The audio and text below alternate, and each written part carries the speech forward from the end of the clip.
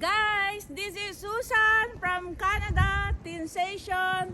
So we have a snowstorm here in Canada.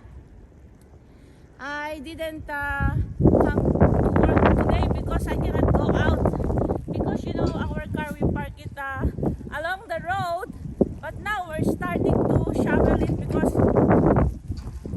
once the snow starts to get hard, it's very hard to shovel it. So this is Canada.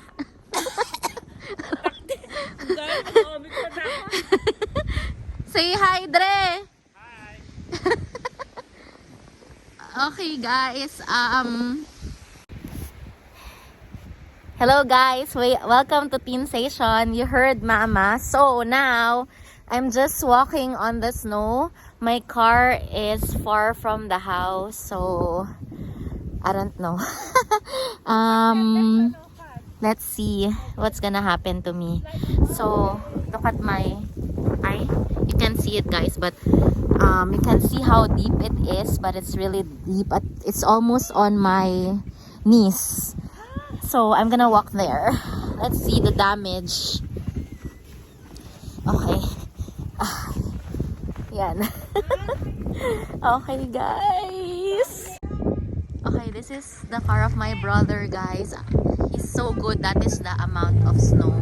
So now he can leave.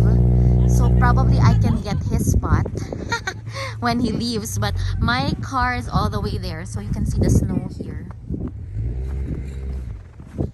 Yeah, a lot of snow there.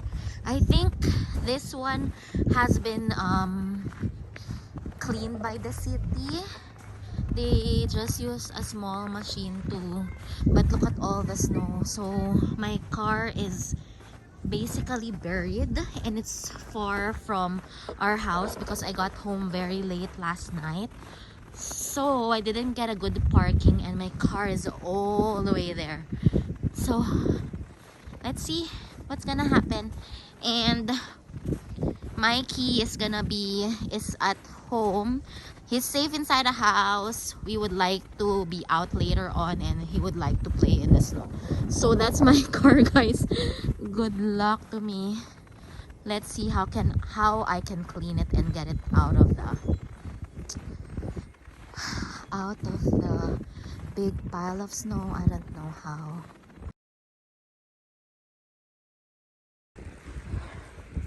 Okay, guys, so this is my car and it's almost buried by this pile of snow, so I don't know how to get it out.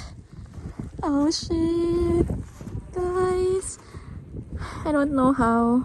Okay, let me try to do shoveling. So guys, I need to buy a new shovel. Just not even a minute and it's broken. So but my brother and my mom got to manage to clear this parking space, so they asked me to watch out, to wait for them because they're helping another one, and I'm asked to save this spot because probably someone will park and we're just cleaning it. So that's what I'm doing right now, and they're gonna help me to clear up my car. My car is literally buried under the snow. So guys, I stopped shoveling and we're here at Costco.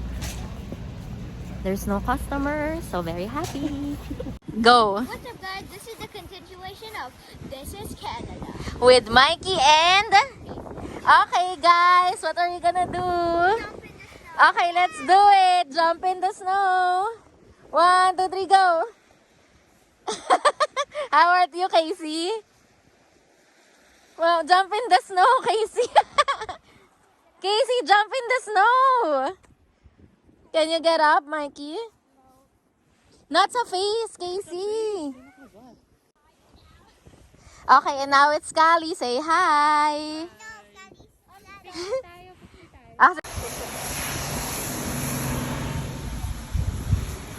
Hi, Kelly. No, portrait. This way. This way.